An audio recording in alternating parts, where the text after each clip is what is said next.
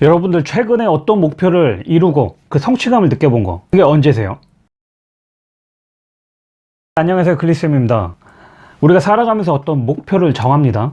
혹은 목표를 정하지 않고도 살아가기도 해요. 어떤 쪽을 택하느냐, 그게 이제 다를 뿐이지 틀린 건 아닌데, 오늘은 목표를 이왕 가졌다면 어떤 마인드를 가져야 되는지 한번 얘기를 해볼게요. 제가 최근에 한 3주 정도 운동을 해가지고 한 7kg를 뺐어요. 이 운동이라는 거에 마찬가지잖아요. 엄청난 마인드 컨트롤이 있고 자기 관리가 동반이 돼야 자기 목표 수치를 감량을 하거나 근육 양을 키울 수가 있는데, 저 같은 경우는 그런 생각을 합니다. 어떤 목표를 가졌을 때 연쇄적인 이유를 가져야 된다는 거예요.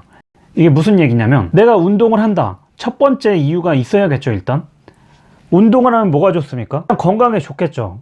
제가 유튜브 예전 영상들을 좀 보니까 제가 살이 쪘다가 빠졌다가 쪘다가 빠졌다가 이 차이가 많이 큰 거예요. 영상 속에 왜 이렇게 살이 쪄서 나오지? 크게 마음에 들지가 않는 거예요. 다른 사람이 살이 쪘다 어쨌다 얘기를 하는 건 상관이 없는데, 내 스스로가 용납이 되지 않는 거예요. 그럼 목표 면에서 한번 생각을 해보죠. 이 운동을 하는 어떤 목표를 세운 이유가 뭡니까? 일단 영상 속에 비치는 내 모습이 마음에 들지 않았어요. 그게 마음에 들지 않았을 뿐만 아니라 내가 영상을 찍기가 더 약간 싫어졌어요. 그냥 영상 속에 나의 모습을 보기 싫었으니까. 그러면 내가 영상을 찍지 않으면 어떤 일이 발생하죠? 내가 유튜브를 찍으면서 더 규칙적이고 어떤 삶에 대한 의욕도 더 생기고 삶의 재미가 생겼어요. 그럼 이 재미를 놓쳐버릴 것 같아. 그리고 이러한 스스로의 재미를 놓쳐버리면 어때요? 그래서 조금이라도 제 영상을 보고 도움을 받으시거나 그런 분들이 있을 텐데, 그분들과도 이 접점이 없어지잖아요. 어때요? 운동을 하지 않으면 어떤 일이 발생한 겁니까? 제 영상으로 누군가하고 만날 접점을 이어가기가 힘들다는 거. 단순히 살 빼자 이 이유에서 벗어나서 연쇄적인 이유를 계속 생각을 하는 거예요. 그리고 여기에 동반되는 게 이제 절실함인 거죠. 해도 그만 안 해도 그만. 이건 사실 목표로 세울 수는 있는데 목표로서의 가치가 턱없이 부족하다는 겁니다. 자기가 어떤 부동산 공부, 부동산 투자 공부를 한다고 했을 때, 이때도 목표 설정을, 이유를 명확히 할 때 그 결과를 낼 수가 있다는 거예요. 부동산 공부를 해야지 이 넓다라는 목표에는 이 아웃풋을 산출할 힘을 내가 낼 필요가 없다는 거예요. 낼 어떤 절실한 필요가 없다는 거예요. 내가 부동산 투자 종목에서도 어떤 상가, 오피스텔, 임야, 어떤 분야로 내가 언제까지 어떤 결과, 어떤 시도를 할 것인가 명확하게 설정이 돼 있을 때 그 목표의 힘을 내가 어쩔 수 없이 라도 한번 따라가는 거예요. 근데 이런 것들이 세부적으로 부동산 투자를 할 이유, 해야 할 이유가 없을 때는 사실 마음이 크게 동하지 않아요. 그냥 책 앞에 몇 페이지만 읽다가 다음날 또 생각나면 또 같은 데 읽고. 목표에 대한 접근법 두 번째는 뭐냐면 이 집중력이에요. 집중력. 근데 이 집중력이란 게 그냥 단순한 집중력이 아니라 어떤 몰입과 관련이 있다는 거예요. 수동적 몰입은 뭐냐면 누가 시켜서 하는 일이에요.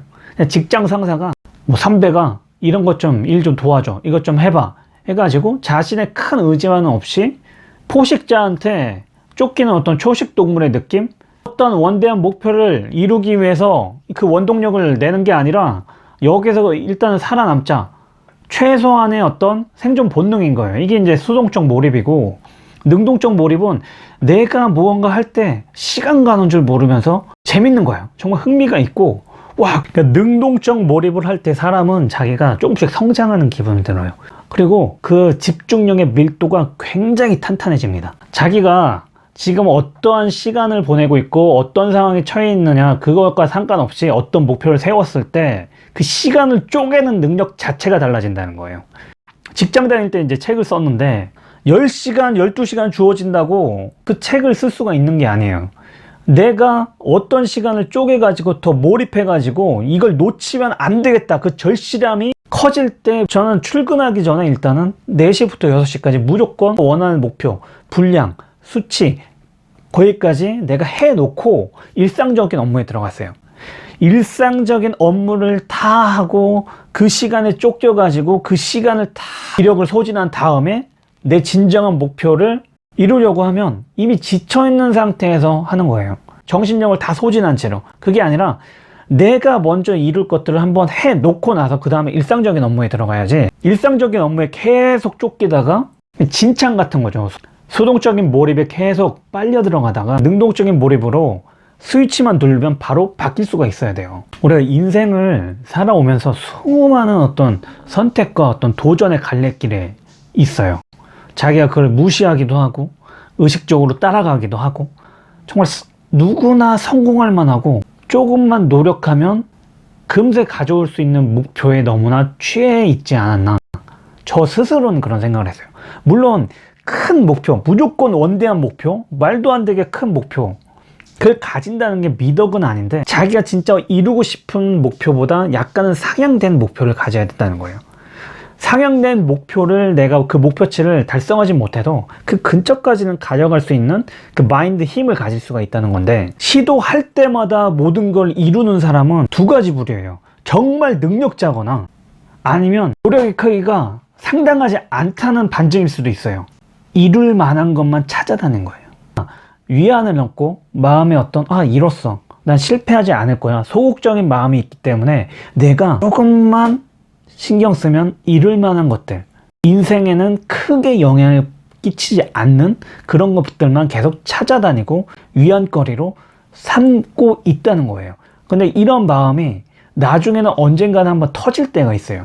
내가 시간은 지나는데 내 인생의 영향거리, 갈만한, 영향을 줄 만한 어떤 목표를 내가 이룬 게 없구나, 고만고만하게 살아왔구나, 왜 그때 강도를 조금 더 높이지 않았을까 후회를 하게 되는 거예요.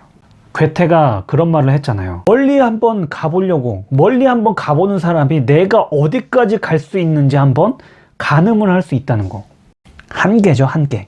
내가 딱 이만큼만 정해놓는 거예요. 난 여기까지다, 나는 이걸 넘기가 힘든 사람이다. 은연중에 그 한계를 조금씩 넘은 거거든요. 한계를 넘지 않았으면 지금의 나는 있을 수가 없어요. 근데 의식적으로 어떤 한계를 넘는 방법을 언제부터 굉장히 퇴색된다는 거예요. 우리가 체스를 둘 때도 있잖아요. 몇 수를 앞서 나가는 어떤 그런 목표 지향적인 생각이 없으면 상대방의 수를 둘 때마다 그걸 막느라고, 수비하느라고 굉장히 급급한 거죠. 막아내기 급급한 거. 2019년 벌써 3월, 4월이 다 됐어요, 여러분. 1분기가 다 지나고 있습니다. 여러분들이 1월에 정했던 목표 제대로 이루어지고 있나요? 한번 점검을 해보시면 좋을 것 같아요. 결론입니다. 자기가 이왕 목표를 가지겠다, 목표를 세웠으면 첫 번째, 목표를 세우는 이유를 명확히 해야 된다. 그냥 목표가 아니라 연쇄적인 이유를 가져야 된다. 내가 이거를 하지 않았을 때 어떤 일이 발생한가, 어떤 일에까지 영향을 끼칠 것인가, 그리고 집중력, 내가 수동적인 몰입을 하고 있느냐, 능동적인 몰입을 하고 있느냐 한번 체크를 해봐야 돼요. 세 번째, 내가 그저 성공할 만한 것만 찾아다니면서 위안을 삼고 있지 않은가, 정말 이루고 싶은 거를 지레짐작으로 포기하고 대책거리를 찾아가지고 마음에 위안을 주고 있지 않은가, 단지 내가 삶에 그냥 존재하는 거, 이걸로 만족할 것인가, 아니면 조금 더 내가 앞으로 나아가는데 의미를 둘 것인가, 그게 목표를 두느냐 두지 않느냐 그 차이를 만듭니다.